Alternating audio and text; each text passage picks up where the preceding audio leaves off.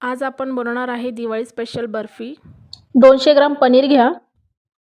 त्यात घाला 2 चम्मच साखर, अर्धा चम्मच वेलची पावडर,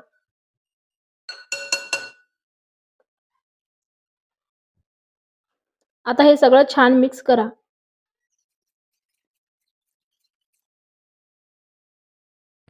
कढईमध्ये तूप टाकून ड्रायफ्रुट्स चांगले भाजून घ्या.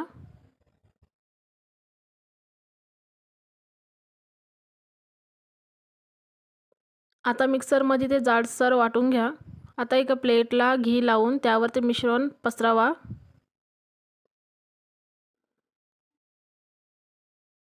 आता हे मिश्रण थंड झाले आहे.